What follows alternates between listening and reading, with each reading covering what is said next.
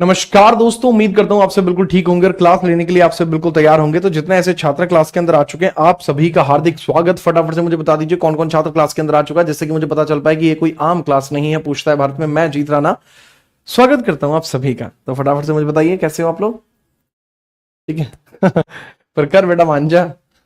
ठीक है, चलो क्लास के अंदर अगर मैं देखूं, दीपिका, साक्षी मौर्य, गौरव, प्रखर है, साक्षी है, गौरव है, अक्षिता है, आकांक्ष है, दीपक है, दीपिका है, और ये कौन है, शिवांश है। बहुत सारे बच्चे क्लास के अंदर आ चुके हैं, बहुत बहुत बढ़िया भाई। ठीक है, चलिए। और विक्की रॉय का कहना है कि अच्छा अच्छा,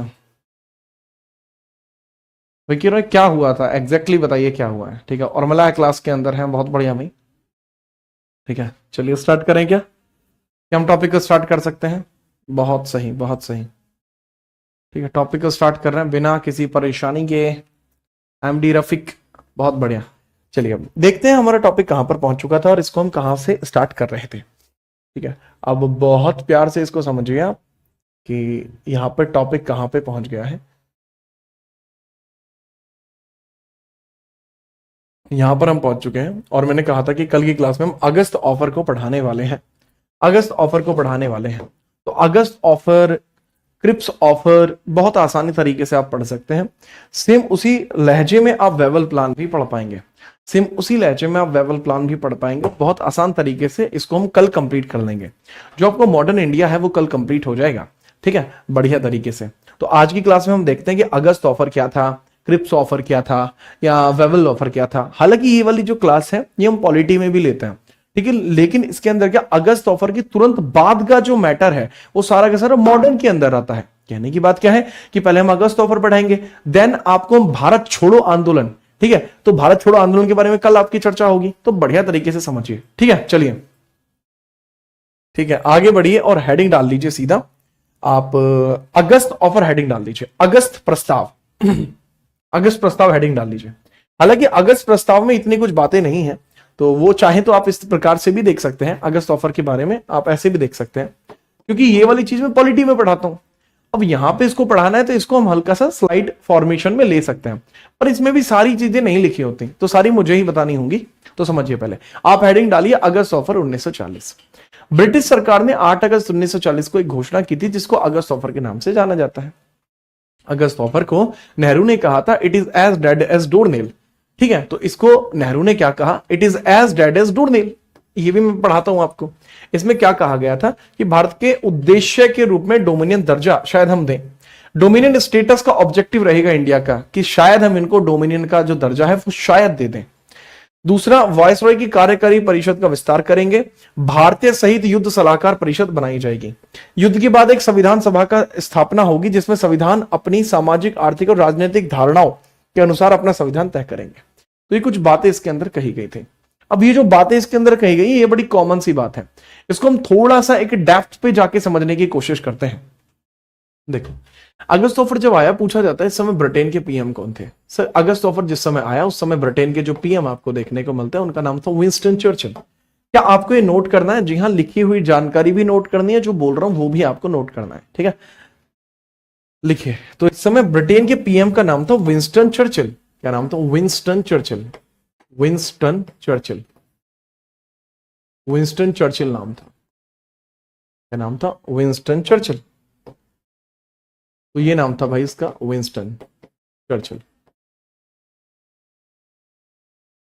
विंस्टन चर्चिल। फिर अगला सवाल आपसे पूछा जाएगा कि भाई भारत के अंतर्गत जिस प्रकार से आप अगस्त ऑफर बता रहे हैं, इस प्रकार से यहां पर कितने सदस्य आपको देखने को मिले थे। तो अगस्त ऑफर में आपको सदस्य देखने को मिलते हैं कितने? 3 सदस्य। सॉरी, विंस्टन आया था, इसमें कोई सदस्य नहीं था। सीधे प्रत्यक्ष तौर पर यह सिर्फ एक लेटर के फॉर्मेट में भारत में भेजा था। इसके लिए कोई कमीशन भारत में नहीं आया। ठीक है, तो भाई इसके अंतर्गत ये तो इंपॉर्टेंट काम है कि पहला काम, दूसरा काम, तीसरा काम, चौथा काम, पांचवा काम इसमें एक और है, वो भी लिखिए। इसमें एक और पांचवा काम हुआ है, वो भी फटाफट से लिख लीजिए। फिफ्थ एक और काम इसमें हुआ है, वो समझिए। भारत की संविधान सभा की जो मांग थी उसको मान लिया गया। भारत की संविधान सभा की मांग को मान लिया गया। देखिए, क्या भारत की संविधान सभा की मांग को मान लिया गया। संविधान सभा की मांग को मान लिया गया, मांग को मान लिया गया। मान लिया गया। तो भारत के संविधान सभा की जो मांग थी उसको मान लिया जाता है। ठीक है, तो मतलब कहने की बात क्या है, और भारत में भी किसकी, भाई कांग्रेस की मांग थी है, तो चाहो तो कांग्रेस लिख लो, तो कांग्रेस की सीधी कांग्रेस ही लिखो। तो जो कांग्रेस की आपको डिमांड यहां देखने को मिल रही है किस चीज की, संविधान सभा की मांग, उसको मान लिया गया है। तो Congress demand of constituent assembly was accepted. Congress demand of Congress demand of constituent assembly was accepted. Constitutional assembly was accepted. Assembly was accepted. Congress की जो कॉन्स्टिट्यूशनल असेंबली की डिमांड थी उसको यहां पर एक्सेप्ट कर लिया गया था। प्लस इसमें ये चीजें भी कही गई थी, जैसे कि डोमिनियन स्टेटस के बारे में कहा गया था कि भारत को एक डोमिनियन राज्य का दर्जा मिलना चाहिए, वो भी माना। एग्जीक्यूटिव जो काउंसिल का इसमें विस्तार था वो भी माना, और भारतीयों के लिए एक युद्ध परिषद का गठन था वो भी माना। लेकिन क्या भारतीयों ने इसको माना? नहीं, भारतीयों ने इसको नहीं माना। इवन भारतीयों ने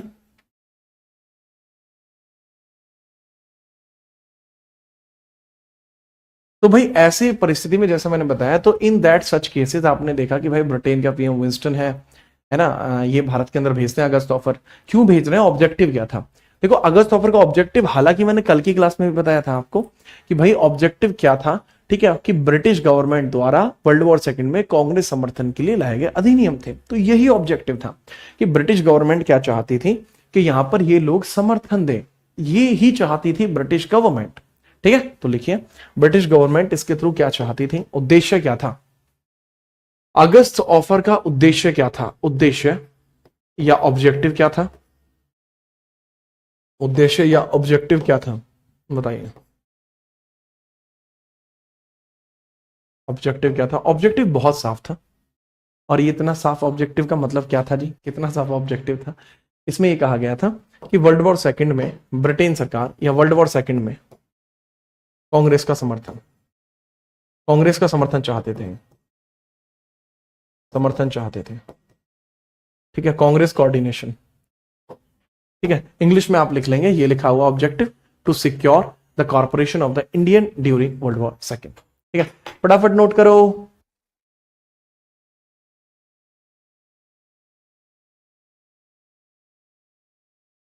हाँ भाई, क्या मौज आ रही है?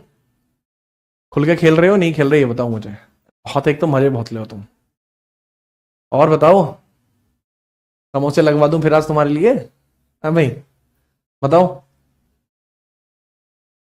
भैया हम तो तुम्हारे लिए समोसे लगवा देंगे अगर तुम राजी हो इस बात पे कि सर समोसे खाएंगे, तो बताओ अभी समोसे ही लगवाऊं आपके लिए। हम्म, अरे कुछ तो बोलो। ठीक है, बढ़िया, चलिए फटाफट से।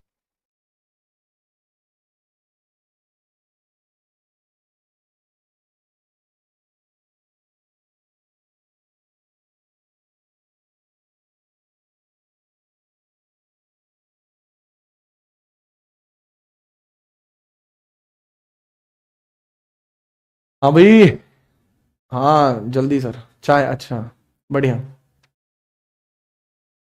रुतुंद्र कह रहे हैं चाय भी लगा दो, नहीं रुतुंद्र मैं आपके साथ चाय अभी नहीं है। ठीक है, चलिए। नहीं, रुतु मेरे भाई, सर एड्रेस भेजते हैं, पार्सल कर दीजिए, बहुत बढ़िया। ठीक है, चलिए, ठीक है, चलो चलो चलो, इसके अंदर स्टार्ट करते हैं। ठीक है, स्टार्ट करते हैं।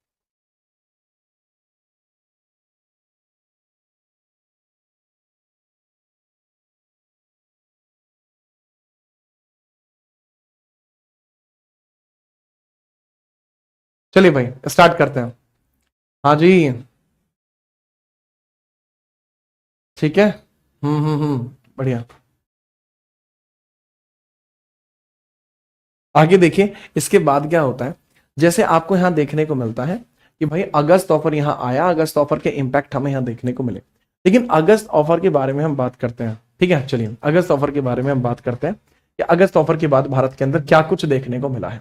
इसके बाद आपको देखने को मिलेगा एक बहुत ही इंपॉर्टेंट सा इंसिडेंट इसको कहा जाता है इंडिविजुअल सत्याग्रह। इंडिविजुअल सत्याग्रह।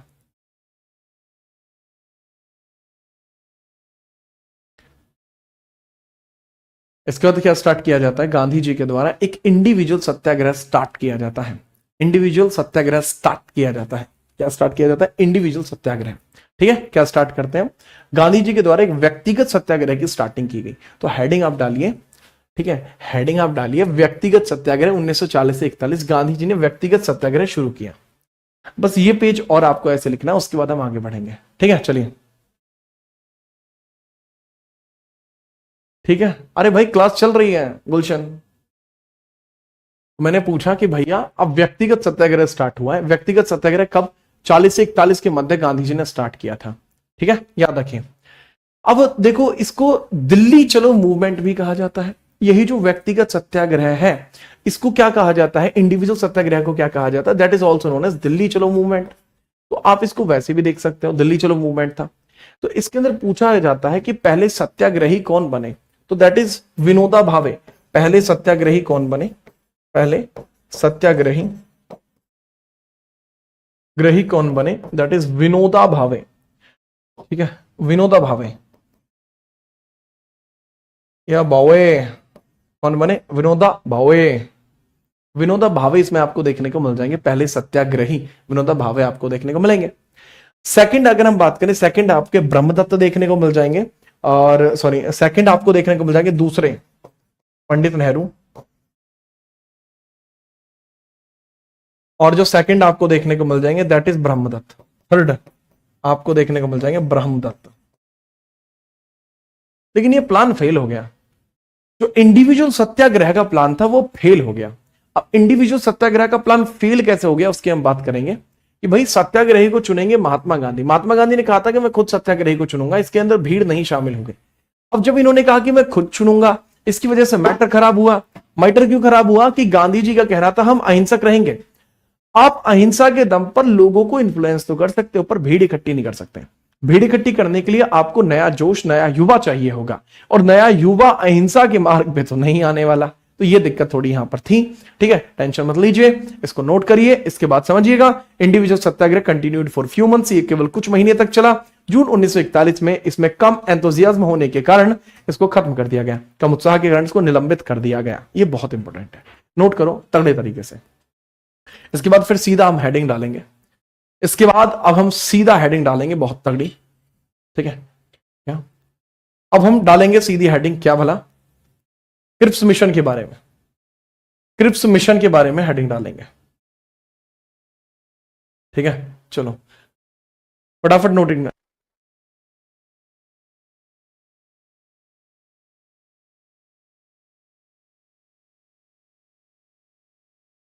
हाँ भाई, सर जो विकी राज कह रहा है जी के सब्जेक्ट से सिर्फ हिस्ट्री से केवल एक सवाल आया था। अच्छा विकी, देखो 20 सवालों में से अगर हिस्ट्री से एक आया तो पॉलिटी से तो आए होंगे दो।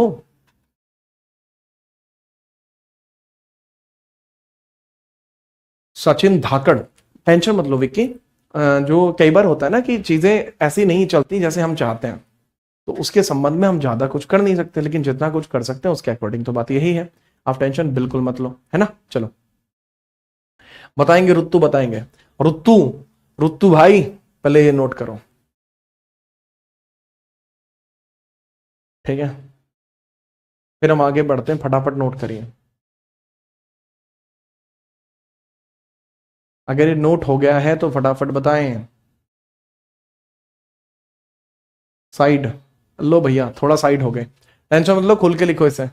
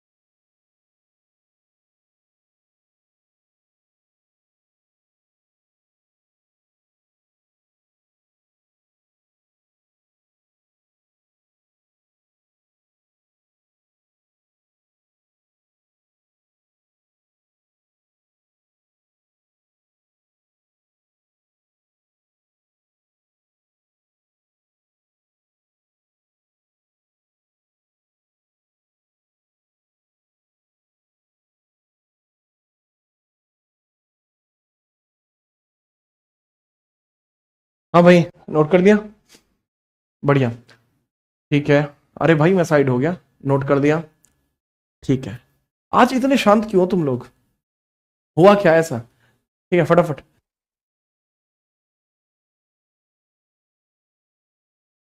चलो भाई, फटाफट इसको आगे हम बढ़ते हैं और आगे देखते हैं। इसके बाद हमें कहाँ आगे बढ़ना पड़ेगा, और आगे अब हम देखते हैं इसके बाद आपको क्या देखने को मिलता है। देखो, इसके तुरंत बाद आपको एक भारत के अंदर अधिनियम देखने को मिलता है जिसको हम क्रिप्स अधिनियम बोलते हैं, ठीक है ये, ओके ओके। क्रिप्स अधिनियम आपका देखने को मिलता है, ठीक है, फटाफट।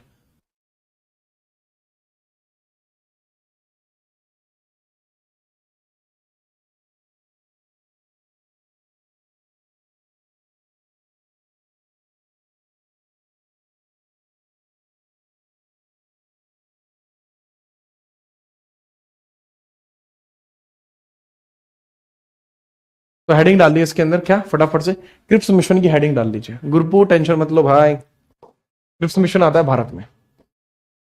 अब क्रिप्स मिशन के बाद होगी तबाही, पहले क्रिप्स मिशन फटाफट नोट करो, क्रिप्स मिशन में क्या है, ठीक है, क्रिप्स। तो क्रिप्स मिशन आप समझिए क्या है क्रिप्स मिशन, इसको बोला जाता है क्रिप्स प्रस्ताव।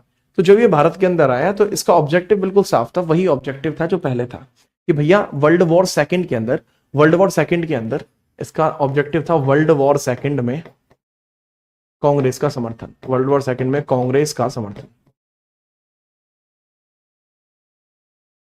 समर्थन। तो वर्ल्ड वॉर सेकंड में कांग्रेस का समर्थन जो है यहां पर कौन चाहते थे, ब्रिटिशर्स चाहते थे कि वर्ल्ड वॉर सेकंड में कांग्रेस उनको समर्थन दे, इसलिए ये सारा का सारा मैटर जो है किया जा रहा था। अब बड़ी बात यह है कि कोऑर्डिनेशन ऑफ कांग्रेस हमें यहां पर चाहिए था, ठीक है, किसको, ब्रिटिशर्स को। तो पूछा जाता है कि इस समय ब्रिटेन का पीएम था कौन था, क्रिप्स के समय पर ब्रिटिश पीएम कौन था, सेम है भाई बंदा, ब्रिटिश पीएम कौन है, ब्रिटिश पीएम आपको देखने को मिलेगा विंस्टन, विंस्टन चर्चिल ही देखने को मिलेगा, सेम बंदा। तो विंस्टन चर्चिल आपको देखने को मिल गया। इवन क्रिप्स मिशन के समय आपको एक और बात ध्यान रखनी होगी कि इस समय क्रिप्स मिशन के समय आपको कितने लोग ऐसे थे जो भारत में इसको लेकर आए थे, इसमें कितने सदस्य शामिल थे, सदस्य शामिल थे इसमें तीन सदस्यों में एक मुख्य, दो अन्य। जो मुख्य है उनका नाम समझिए, जो मुख्य है उनका नाम क्या है, स्टैनफोर्ड क्रिप्स इनका नाम है, स्टैनफोर्ड क्रिप्स इनका नाम है, स्टैनफोर्ड क्रिप्स इनका नाम है, ठीक है, स्टैनफोर्ड क्रिप्स इनका नाम है। अन्य जो लोग हैं जैसे एवी अलेक्जेंडर है, पैथिक लॉरेंस है, पूरा नाम क्या, एवी अलेक्जेंडर है, पैथिक लॉरेंस है, ठीक है, पैथिक लॉरेंस आपका व्यक्ति आपको यहां देखने को मिलता है, एंड एवी अलेक्जेंडर आपको इधर देखने को मिल जाता है। तो ये कुछ एक लोग हैं जो आपको फटाफट देखने को मिलते हैं, ठीक है, चलिए। तो अब इसी के अंदर याद रखना इसका जो है पॉइंट, इंपोर्टेंट पॉइंट क्या है, इसमें क्या क्या कही गई बातें हैं इंपोर्टेंट, इसके अंदर जो पॉइंट्स हैं वो क्या है। पहला पॉइंट ये कहा गया कि भारत को डोमिनियन राज्य का दर्जा जो है हम दे देंगे, डोमिनियन स्टेटस टू इंडिया।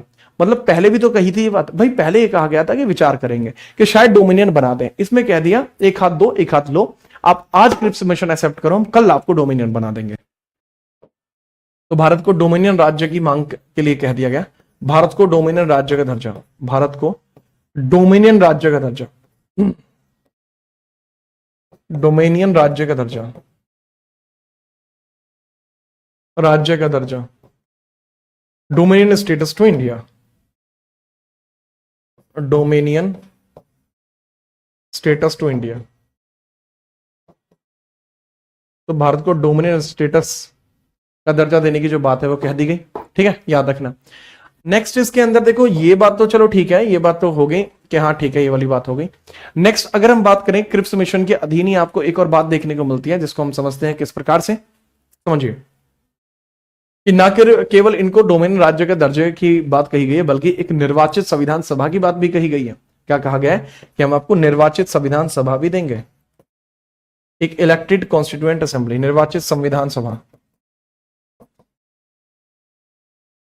तो elected constituent assembly, elected constituent assembly की बात भी की गई, इलेक्टेड कॉन्स्टिट्यूएंट असेंबली, असेंबली की बात भी कही गई।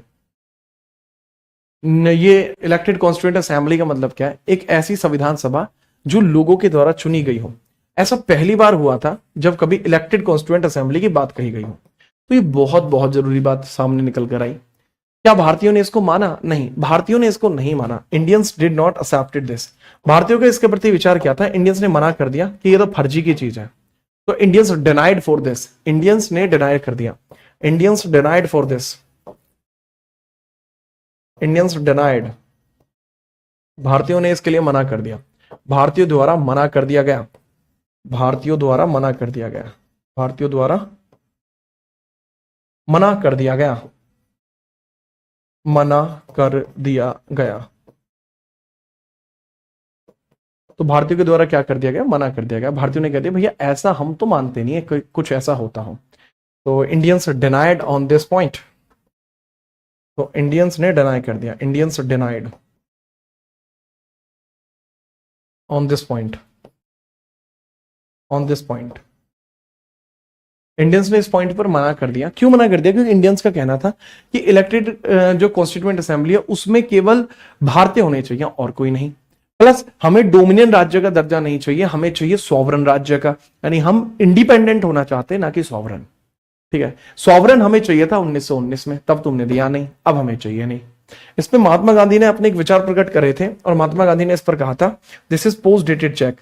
ठीक है, तो महात्मा गांधी ने इस पर एक बात कही थी, एम के गांधी ने, मोहनदास करमचंद गांधी जी बढ़िया आदमी थे, और गांधी जी ने एक बात कही थी this is post dated check, this is post dated check. उन्होंने कहा था this is post dated check, post dated check कहा था। ठीक है, पूर्वकालिक तिथि का चेक इसको कहा, क्या कहा? पूर्वकालिक तिथि का चेक, पूर्वकालिक तिथि का चेक इसको कहा गया, तिथि का चेक इसको कहा गया, चेक इसको कहा गया। ठीक है, नेक्स्ट इसके अंतर्गत, तो इसमें पंडित नेहरू ने भी कुछ कहा था। तो पंडित नेहरू ने क्या कहा? पंडित नेहरू ने बेसिकली स्टेटमेंट दिया कि this is post dated cheque upon a crash bank, post dated cheque upon a crash bank, this is post dated cheque upon crash bank, cheque on crash bank. Hindi और इंग्लिश में same आपको लिखना है, पूर्वकालिक तिथि का check जहां Britain एक crash bank है जो उसकी देय क्षमता नहीं रखता। यहां क्रैश बैंक किसको कहा गया? ब्रिटेन को कहा गया। ठीक है, ब्रिटेन को कहा गया। अच्छा, इसी के बाद जो विंस्टन चर्चिल है, विंस्टन चर्चिल नाराज हो गया, यार ब्रिटेन का पीएम हो। तो विंस्टन चर्चिल ने गांधी जी को पता है क्या कहा? गांधी जी को कहा कि he is just a half nude फकीर, ये अर्धनग्न फकीर क्या जाने इन सब चीजों की माया। तो ये बात इसमें कही गई थी। ठीक है, याद रखिएगा, नोट करिए, फिर आगे बढ़ते हैं।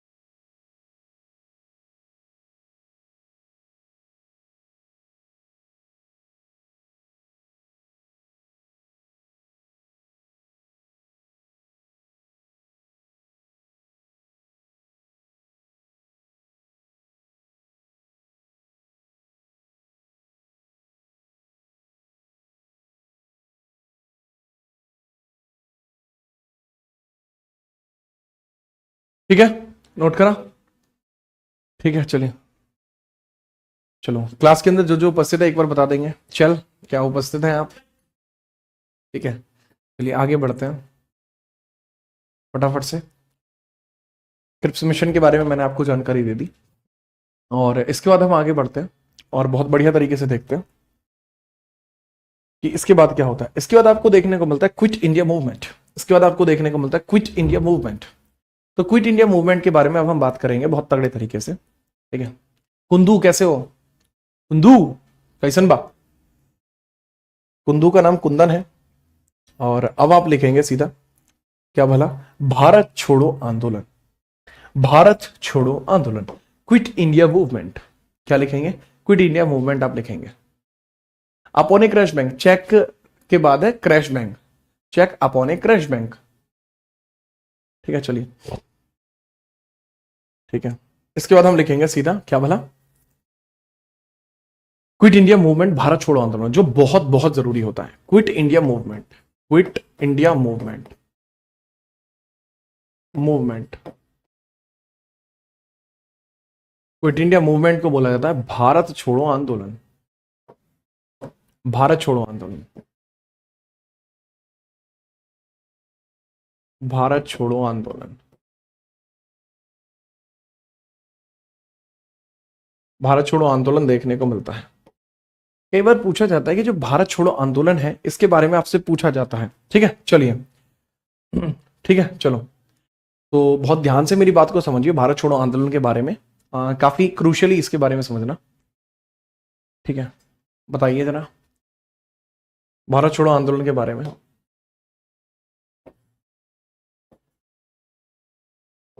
इसकी स्टार्टिंग होती है बेसिकली क्या, तिलक दिवस से इसकी स्टार्टिंग होती है, स्टार्टेड फ्रॉम तिलक, तिलक दिवस कब से स्टार्ट होता है, तिलक दिवस से स्टार्ट होता है, तिलक डे से स्टार्ट होता है। तिलक डे कब सेलिब्रेट किया जाता है, बेसिकली आपका 1 तारीख को सेलिब्रेट किया जाता है, 1 अगस्त को। तो इस दिन तो ये इनॉग्रेट हो गया था, इनॉग्रेट हो गया तो ओपन नहीं हुआ था, केवल इनॉग्रेट हुआ है। ठीक है, तिलक डे से इनॉग्रेट हो गया लेकिन ओपन नहीं हुआ है। ठीक है, तो स्टार्ट कर दिया जाता है क्विट इंडिया मूवमेंट। पूछा जाता है किस स्थान पर किया गया था, स्थान कौन सा था, स्थान आपको स्थान यहां देखने को मिलेगा बेसिकली जो है ग्वालियर टैंक मुंबई, स्थान यानी कि लोकेशन आपको देखने को मिलेगी Gwalior tank Bombay, that is Gwalior tank, Gwalior tank Bombay, Gwalior tank Bombay आपको देखने को मिलेगा, बॉम्बे। तो बॉम्बे के अंदर जो ग्वालियर टैंक है, ठीक है, ग्वालियर टैंक वहां की बात है, ये ग्वालियर टैंक की बात है, ग्वालियर टैंक, ग्वालियर टैंक की बात है ये, ग्वालियर टैंक। ठीक है, याद रखिएगा कहाँ की बात है, ग्वालियर टैंक की बात बेसिकली आपको देखने को मिल जाती है। पूछा जाएगा कई बार फिर आपसे कि इसके अंदर शामिल लोग कौन कौन थे, जो मेजरली शामिल थे। देखो सबसे पहली बात तो शुरुआत ही गांधी जी करते हैं, it was started by Gandhi ji. Quit India movement को स्टार्ट ही किसने करा था, गांधी जी ने। भारत छोड़ो आंदोलन शुरू ही किसने किया, गांधी जी ने, 1942 का है ये। ठीक है, क्विट इंडिया मूवमेंट 1 अगस्त तारीख कौन सी, 1942। ठीक है, 1942 आपको याद रखना है। तो इसमें बहुत कुछ चीजें होती हैं जो आपको समझनी होती है, उनके बारे में थोड़ा हम देखते हैं क्या इसमें समझना है। अब जैसे याद रखना कि शुरुआत करते हैं गांधी जी, शुरुआत किसने की है, इनिशिएट किसने किया है इसको, इनिशिएट करता है गांधी भाई, गांधी जी आपको देखने को मिल जाते हैं। तो इनिशिएट किया जाता है गांधी जी के द्वारा, इसके द्वारा, गांधी जी के द्वारा। तो गांधी जी यहां पर इसको इनिशिएट करते हैं, कौन इनिशिएट करते हैं, गांधी जी। साथ में सरोजिनी नायडू, कस्तूरबा गांधी, अरुणा आसफ अली, ये लोग आपको देखने को मिलते हैं। ठीक है, साथ में आपको कौन है, साथ में जवाहरलाल नेहरू, जवाहरलाल, ठीक है, फेमस पर्सन जवाहरलाल आपको देखने को मिलेंगे। अरुणा आसफ अली, अरुणा आसफ अली, सरोजनी नायडू, कस्तूरबा गांधी, सरोजनी नायडू, है ना, और सरोजनी नायडू के बाद अरुणा आसफ अली, अरुणा आसफ अली तो हो गया। कस्तूरबा गांधी, कस्तूरबा गांधी, कस्तूरबा गांधी, तो ये फेमस नाम आपको यहां देखने को मिलेंगे, जवाहरलाल, अरुणा आसफ अली, सरोजिनी नायडू, कस्तूरबा गांधी, कस्तूरबा गांधी। तो these are the famous names, these are the famous names जो आपको यहां देखने को मिले। एक और है, ये फेमस नेम आपको यहां देखने को मिल जाते हैं बहुत स्पष्ट तौर से। ठीक है, गांधी जी के साथ। अब गांधी जी जब स्टार्ट करते तो पूछा जाता है कि ग्वालियर टैंक पर ध्वजारोहण किसने किया था। तो जब क्विट इंडिया मूवमेंट, भारत छोड़ो आंदोलन हुआ, तो अरुणा आसिफ अली वो हैं जिन्होंने ध्वजारोहण किया था। इन्होंने यहां ध्वजारोहण भी किया था, इस आंदोलन में ध्वजारोहण इन्होंने किया, यहां ध्वजारोहण किया गया, फ्लैग होइस्टिंग, यहां पर फ्लैग होइस्टिंग इन्होंने की थी, फ्लैग होइस्टिंग आपने देखने को मिली। ध्वजारोहण आपको देखने को मिला था, यहां पर फ्लैग होस्टिंग करी है। ध्वजारोहण किसने किया? राणा अशरफ अली ने। कल पूछा जाता है इसलिए बता रहा हूं क्या किया गया है यहां पर। इन्होंने ध्वजारोहण, ध्वजारोहण आपको देखने को मिल जाएगा। क्या देखने को मिल जाएगा? ध्वजारोहण आपको यहां देखने को मिल जाएगा। ठीक है, चलिए फटाफट से। अमित बाबू टेंशन मत लो, खुल के खिलो, मैं तो यही कहूंगा। ठीक है सर, मैं अपने दोस्त के बैच से पढ़ रहा हूँ। अरे दोस्त के पढ़, सहेली से पढ़े है, कोई दिक्कत नहीं है। ठीक है, और याद रखना भी, तो मैं याद रखूंगा, आप एकदम क्लासिक बालक हो। ठीक है, अब यहां ध्यान दो। अब गांधी जी ने यहां पर दो प्रकार के नारे दिए थे, दो प्रमुख नारे दिए, दो प्रमुख नारे इन्होंने दिए थे। एक तो है अंग्रेजों भारत छोड़ो, पहला है अंग्रेजों भारत छोड़ो, अंग्रेजों भारत छोड़ो, छोड़ो। दूसरा था, ठीक है, अंग्रेजों भारत छोड़ो पहला नारा था। दूसरा था करो या मरो, ये इनके पहला स्लोगन था, अंग्रेजों भारत छोड़ो। दूसरा था करो या मरो, करो या मरो, डू और डाई, डू और डाई। अच्छा, डू और डाई भी किसी भी तरीके से, क्या ये वायलेंटिक है? नहीं, ये किसी भी तरीके से वायलेंटिक बिहेवियर को शो नहीं करता। ये दरअसल ही आपकी वर्किंग रिस्पॉन्सिबिलिटी को शो करने के लिए सेलिब्रेट किया जाता है। ये वायलेंटिक बिहेवियर को शो नहीं करता है, तो इसके बारे में थोड़ा सा आपको याद रखना होगा, याद रखना होगा बिना किसी परेशानी के। ठीक है, चलो याद रखना।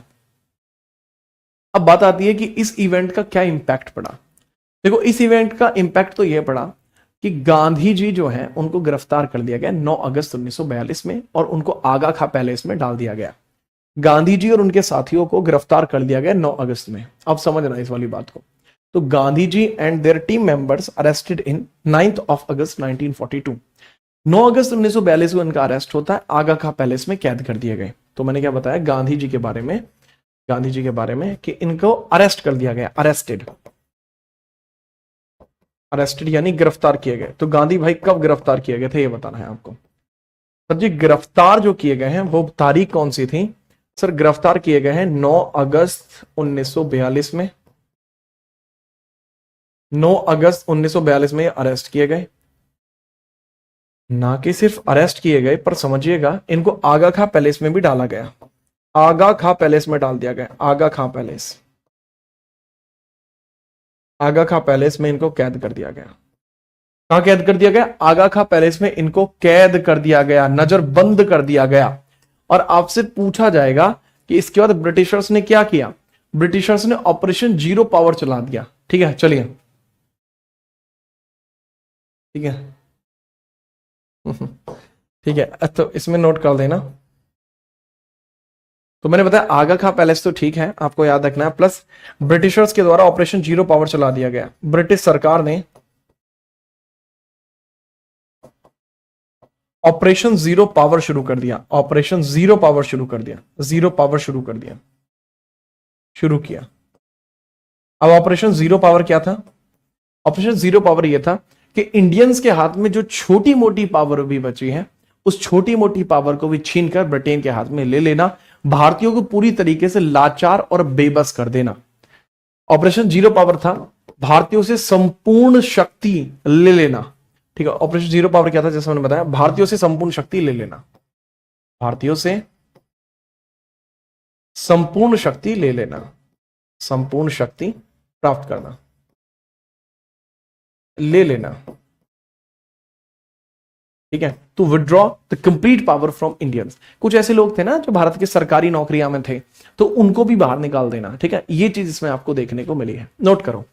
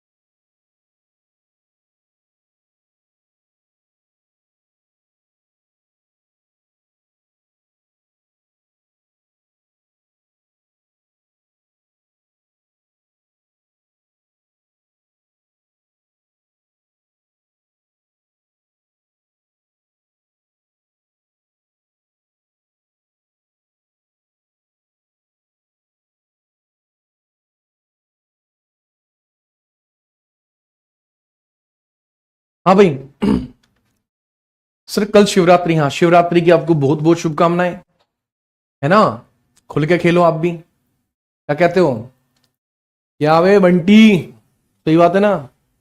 ठीक है, याद रखो। तो ये भैया जो अभी मैंने आपको बताया इसके बारे में आपको देखने को मिलेगा। सर यहां तो क्विट इंडिया मूवमेंट पे 8 अगस्त लिखा हुआ है। देखो इस तारीख को ऐसे समझिए, क्विट इंडिया मूवमेंट की जो स्टार्टिंग होती है वो 1 तारीख से होती है। 1 तारीख से लोग गैदर होने शुरू हो गए, लेकिन इसको फाइनली लॉन्च जो किया गया है वो 7 तारीख को किया गया, ग्वालियर टैंक मैदान, दैट इज इन बॉम्बे।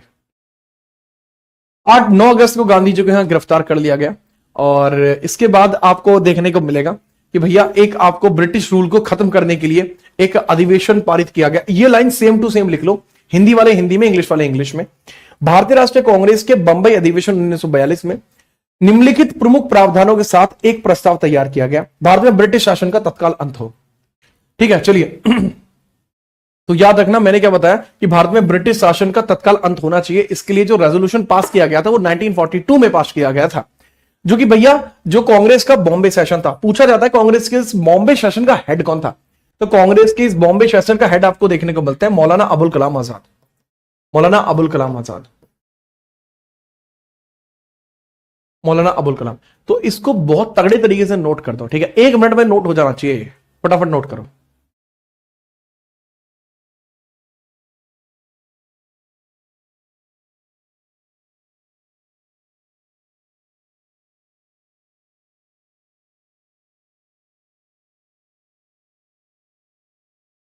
बात आई समझ में? ये बंटी, बंटी भाई टेंशन रखो भाई, मिलेगा ना आपको नोट्स पूरे एकदम प्रॉपर। ठीक है चलो, पहले मैंने जो आपसे पूछा है आप मुझे ये बताइए, क्या आप इस बात को समझ पाए? सुमित एंशियंट हिस्ट्री करा देंगे, टेंशन बिल्कुल मत लो, खुल के खेलो आप, तो मैं तो यही कहूंगा। यंगेस्ट हेड आपको देखने को मिलता है, जी हाँ। ठीक है, नोट करिए, आगे बढ़िए।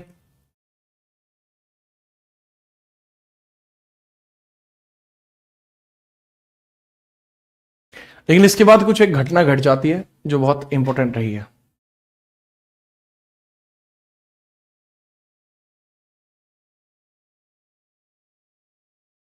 सबसे कम उम्र के अध्यक्ष थे भैया, सबसे कम उम्र के अध्यक्ष अबुल कलाम ही थे, लेकिन वो 1923 में अध्यक्ष बने थे, है ना? तब थे वो सबसे कम उम्र के। अब तो बहुत उम्र हो ली थी इनकी भी। ठीक है, 19 साल का फर्क है भाई। इसके बाद समझिए, इसके बाद बहुत इंपॉर्टेंट सी चीज आपको देखने को मिलती है जो बहुत बहुत क्रूशियल आपको देखने को मिलेगी। इस सब के बाद आपको देखने को मिलता है 30 अप्रैल। 30 अप्रैल के अंदर आपको ये देखने को मिलता है कि हिटलर जो होता है वो सुसाइड कर लेता है, 30 अप्रैल 1945 में। अच्छा, वैसे अगर मैं भारत छोड़ो आंदोलन के बारे में बात करूं कि भारत छोड़ो आंदोलन का क्या प्रभाव पड़ा, तो भारत छोड़ो आंदोलन बहुत क्रूशियल रहा, लेकिन इसकी वजह से कोई भी ऐसा चेंज नहीं था जो बड़े स्तर पर आपको स्पष्टीकरण देता हो। अब भारत छोड़ो आंदोलन जरूरी था। सुभाष चंद्र बोस भी अपनी आजाद हिंद फौज को लेकर भारत छोड़ो आंदोलन में शामिल होने के लिए वो म्यांमार से निकले थे। म्यांमार में उन्होंने एक नारा दिया था कि तुम मुझे खून दो, मैं तुम्हें आजादी दूंगा, लेकिन वो भारत तक नहीं पहुंच पाए। क्यों नहीं पहुंच पाए? क्योंकि भाई म्यांमार के रास्ते से जब वो आ रहे थे तो वो बारिश हो रही थी बहुत घनी, तो बहुत ज्यादा बारिश के चलते, खराब वातावरण के चलते जो जापानी सैनिक थे, अब जापानी सैनिक को तो आप जानते हैं, वो वहीं रुक गए। ठीक है, चलिए, तो अब ऐसी परिस्थिति आपको वहां इस वजह से देखने को मिलती है, इस वजह से वो पूरा नहीं भारत के अंदर पहुंच पाए, और इसलिए कहा जाता है कि उन्होंने सिर्फ भारत को दूर से आजादी के सपने दिखाए, ये बात उनके बारे में कही जाती है इसी वजह से। खैर, इसके बाद हम आगे बढ़ते हैं और देखते हैं क्या परिस्थितियां बनी, आगे क्या हुआ। तो वो बात है 30 अप्रैल 1945 के, हिटलर ने यहां पे कर दी आत्महत्या। तो 30 अप्रैल 1945 हिटलर कमिटेड सुसाइड।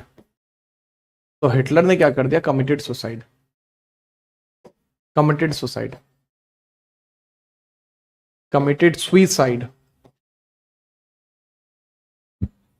हिटलर ने सुसाइड कमिट कर लिया। ठीक है, इसने क्या कर दी? आत्महत्या कर दी।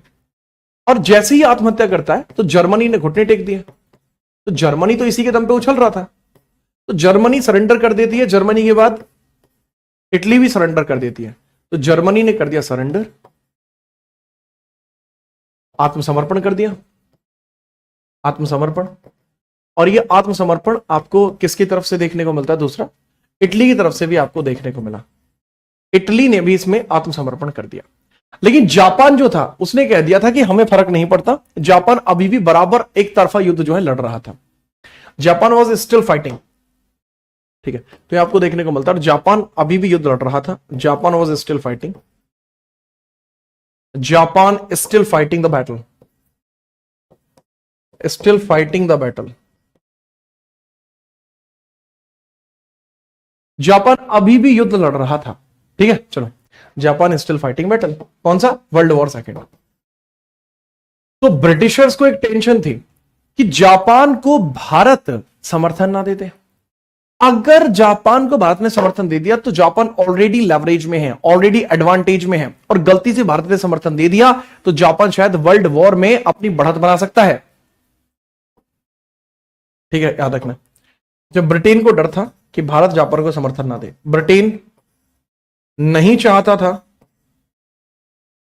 ब्रिटेन नहीं चाहता था कि भारत जापान को समर्थन दे, समर्थन दे। Britain did not wanted India to give coordination. Britain did not want India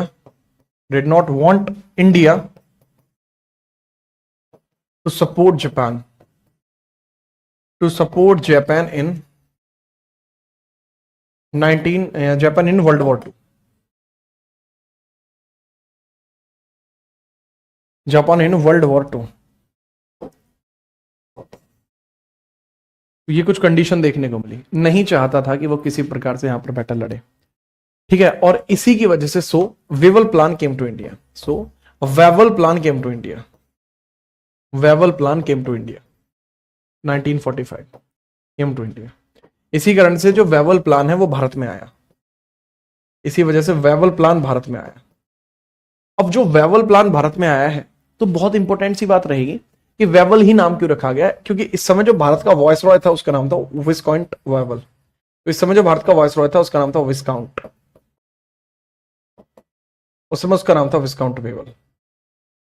इस वजह से इसका नाम रखा गया वेवल प्लान। इस वजह से इसका नाम रखा गया वेवल प्लान। ठीक है, तगड़े तरीके से। तो आज की क्लास आपकी इतनी रहेगी। ठीक है, चलिए, बहुत बढ़िया रहा, चीजें बहुत क्लासी रही। निश्चित तौर पे आप बढ़िया से पढ़िए और आराम से ना, बहुत स्लोली सिलेबस चल रहा है आपका और बहुत बढ़िया सिलेबस चल रहा है। ये मॉडर्न हिस्ट्री, वो मॉडर्न हिस्ट्री मैंने इस बार आपके बैच में पढ़ाई है जो आपको सीडीएस लेवल तक भी टेंशन नहीं होने देगी। कुछ एक फैक्ट होंगे जैसे भाई इसमें इंपॉर्टेंट जनरल, गवर्नर जनरल वगैरह, वो सब चीज मैं ऐड कराऊंगा लास्ट में आपके यूट्यूब सेशंस में उसको ऐड करा दूंगा। 2 सेशंस लेके काम खत्म। ठीक है, पर बड़ा अच्छा लगा मुझे। ठीक है, तो अच्छे से हंसते रहिए, मुस्कुराते रहिए, खुश रहिए। ठीक है, कल फिर मुलाकात करेंगे, तब तक के लिए जय हिंद, वंदे मातरम।